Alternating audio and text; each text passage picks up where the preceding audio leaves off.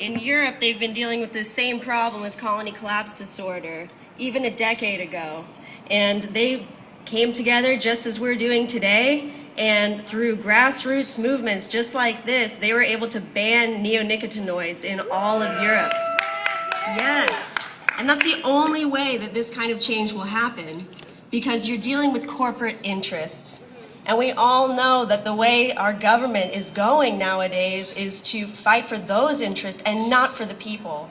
And I think that it's so important that we're involved and you get political and you get out of your comfort zone a little bit, because otherwise that's just going to be the way that it keeps going. And we have to be the ones to stand up and say, no, we are done. We are not going to basically subsidize these companies poisoning us. And that's exactly what's happening. We're actually subsidizing, through our taxpayer money, big ag to be able to spray whichever pesticides they choose, regardless of research that's coming out. Harvard releasing that imidacloprid, a neonicotinoid, is connected with colony collapse disorder, which is causing all these reductions in our bees. And it's going to be a very big problem unless we do something now. So thank you so much for being here, and remember that you can't just scrub neonicotinoids off of your food. They're what are called systemic pesticides. They're within the fruit itself, so every bite you take, you're getting a small dose. And that's what happens to the bees too. Maybe from landing on the flower they won't get poisoned, and this is the research that's required by our government, just maybe a 3-day trial. But what about after months of all the bees bringing home this pollen, letting it accumulate, and then you have levels of imidacloprid, other neonicotinoids, dozens of pesticides even within that honey. And then you start to see a really big problem. So I'm going to sing for you guys a little song now that I wrote called Save the Bees. Yeah! Woo!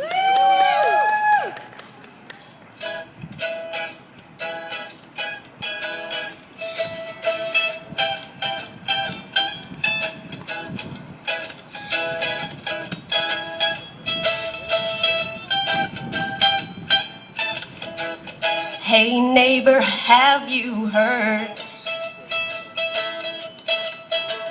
Neonics are killing the bees and the birds. A systemic pesticide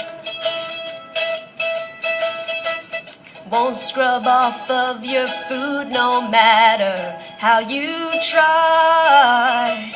This is our choice to speak for those without a voice. Yeah, this is our choice to speak for those without a voice. Yeah, speak for the bees, speak for the bees, speak for the birds, speak for the trees, speak for the bees, speak for the bees, speak for the bees.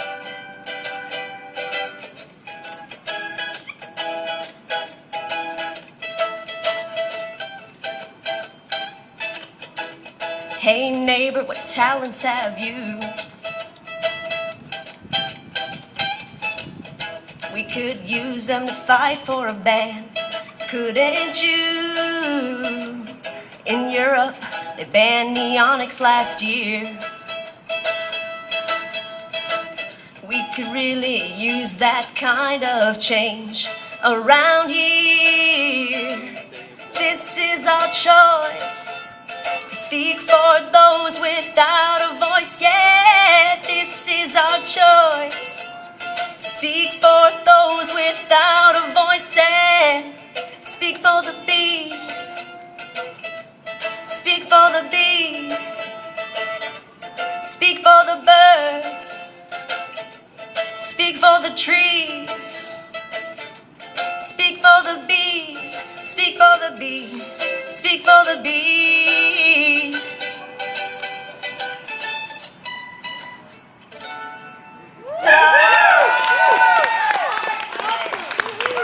And thank you again so much for being here.